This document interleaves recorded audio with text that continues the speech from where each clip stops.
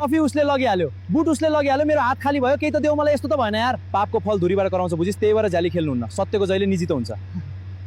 यो भिडियो जसले बनाउनु भयो नि, एआई जेनेरेट गर्नुभएको भिडियो हो यो, हुन चाहिँ एआईद्वारा बनिएको भिडियो हो होइन। जसले बनाए नि उहाँलाई चाहिँ के भनौँ र, 21 त कुसलामी भन्नुपर्छ क्या हो। हुन त मेस्सीका फ्यानहरू नेपालमा धेरै हुनुहुन्छ होइन। आज कता कता झगडा परिरहेको, काठमाडौँतिर कता कता झगडा परिरहेको, मेस्सीले हार्यो भनेर भन्दा स्पेनले जित्यो भनेर हर्षोल्लास मनाउँदाखेरि मेस्सीका फ्यानहरूले कुटेको अथवा झगडा गरेको पनि देखेँ मैले, धेरै घटनाहरू होइन। तर हामी नेपालीको बुद्धि कहिले आउने होला? न नेपाल त्यो ठाउँमा खेल्न गएको छ, न हाम्रो नेपालीलाई माया गर्ने कुनै अर्जेन्टिना भन्ने देश, न नेपालीको फेभरको देश हो। तपाईँहरूलाई फकल्यान्डको बारेमा मैले एउटा भिडियो बनाइसकेको छु, त्यहाँ गएर हेर्नु होला होइन।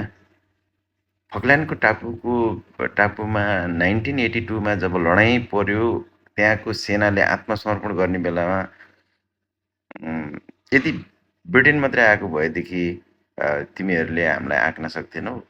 यहाँ चाहिँ जिउँदो मान्छेको मासु काटेर, जिउँदो मान्छेलाई काटेर जिउँदो मान्छेको मासु र रगत पिउने पिपासुहरू होइन गोर्खाजहरूलाई भनेको छ भनेर भनिसकेपछि अब अर्जेन्टिनामा यो पिपासुहरू हामी देख्न चाहन्नौँ भनेर त्यो बेलादेखिको हाम्रो कहिले पनि नेपालीको भिजा लागेन र कुनै पनि नेपाली म अर्जेन्टिना पुगेर आएको हो भन्छ भने त्यो पागल हो है।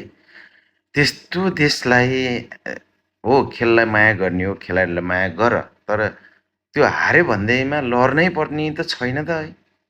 काटाकाट गरेछ, हेत् म त डर पनि लाग्यो।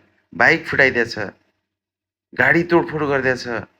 त्यस्तो सम्बन्ध नगर न, नेपाली हो किन तिमीहरू बुद्धु भएको?